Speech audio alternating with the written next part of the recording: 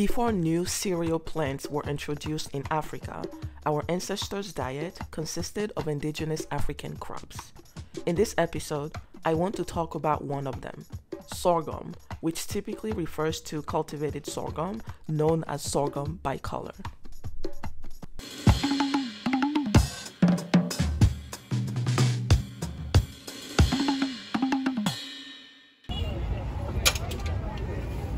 Sorghum is a cereal grain and flowering plant of the grass family that originated in Africa several thousand years ago.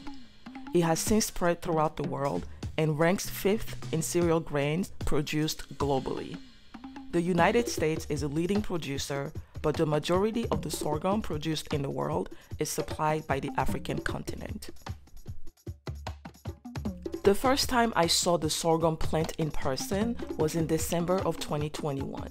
I was on my way to the northeast of the country to learn more about it when my driver spotted it somewhere between Dassa and Parakou.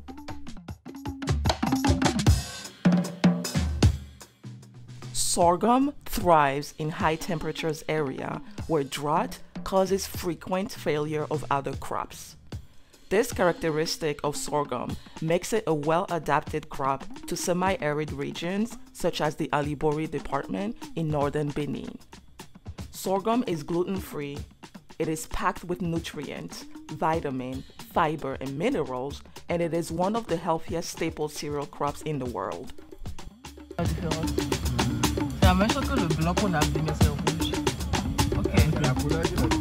Merci.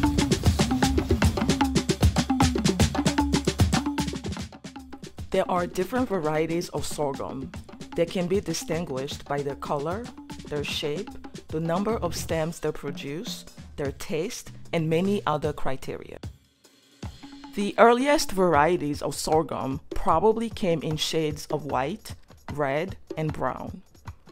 Over time, with the movement of various groups in Africa, hybrid cultivars of the grain developed. Sorghum was transported to India and ultimately Asia via trade networks over the Red Sea and Indian Ocean. Sorghum arrived in the Americas through the Atlantic slave trade, and the first known record of it in the United States was in the mid-1700s. For a long time, I was only aware of the red-colored sorghum grain. During my recent trip, I was pleasantly surprised to see the white and brown varieties.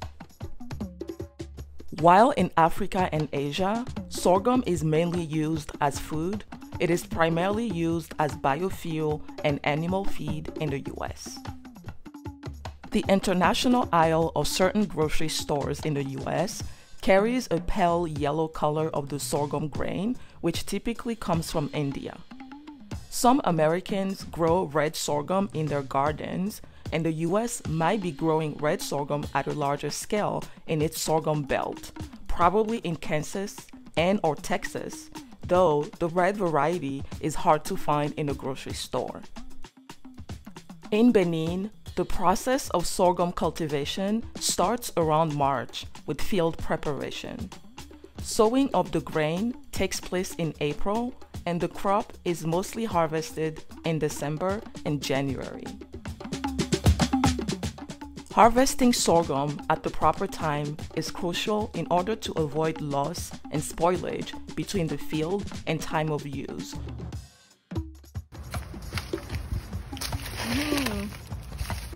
To harvest, the head of the plant is simply cut off, which can be done by hands.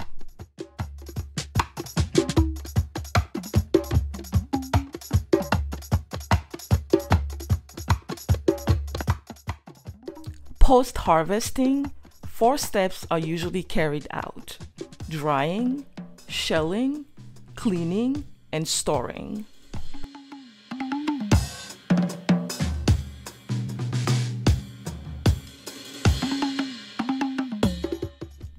In rural areas of Benin, drying is done on small scales.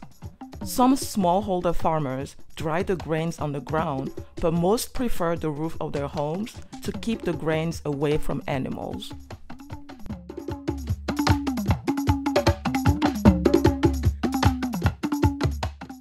Shelling is done by beating the dried grains with a stick.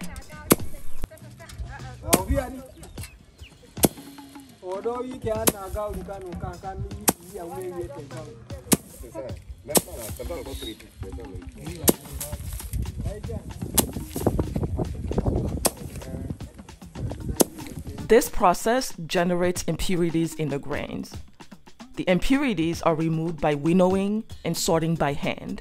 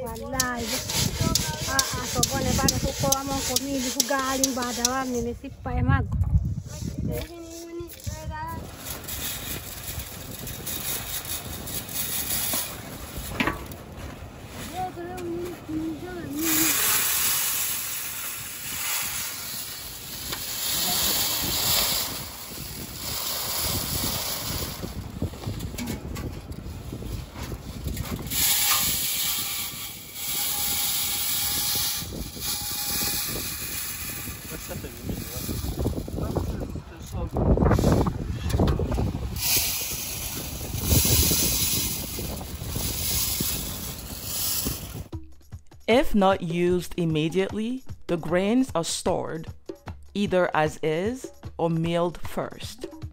Storage is done in traditional structures such as jute sacks. In Benin, all parts of the sorghum plant are used. C'est ça. Quelqu'un qui watch heavy na. Quelqu'un qui watch kireten na. Au. On a qui ya? Au. You know. On a qui Eh. For example, the leaves are used as food coloring. The stems are used for roofing in rural areas. And the grains are mostly used as food and can be consumed many different ways. The main dishes can be classified into three groups: the pastes, the beverages, and the porridges.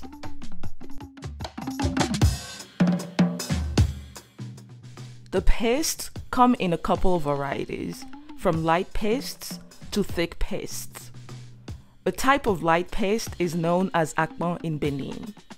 It is mixed in water or milk and consumed as porridge.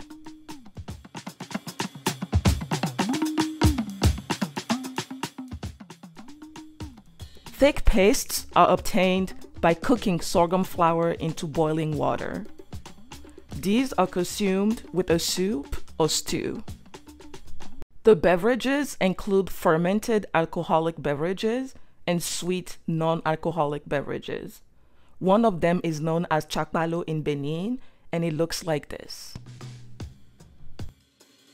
As far as porridges, there are generally two types: light porridges and thicker granulated porridges. With granulated porridges, there are also different types, some containing more granules than others.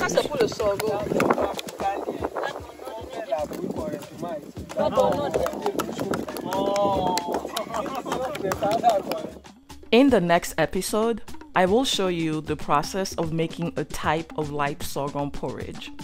If you haven't already, make sure to subscribe to my channel so you don't miss future uploads. If you liked this episode, please give it a thumbs up and let me know if you learned something new in the comment section. Thanks for watching, and I hope to see you in the next one.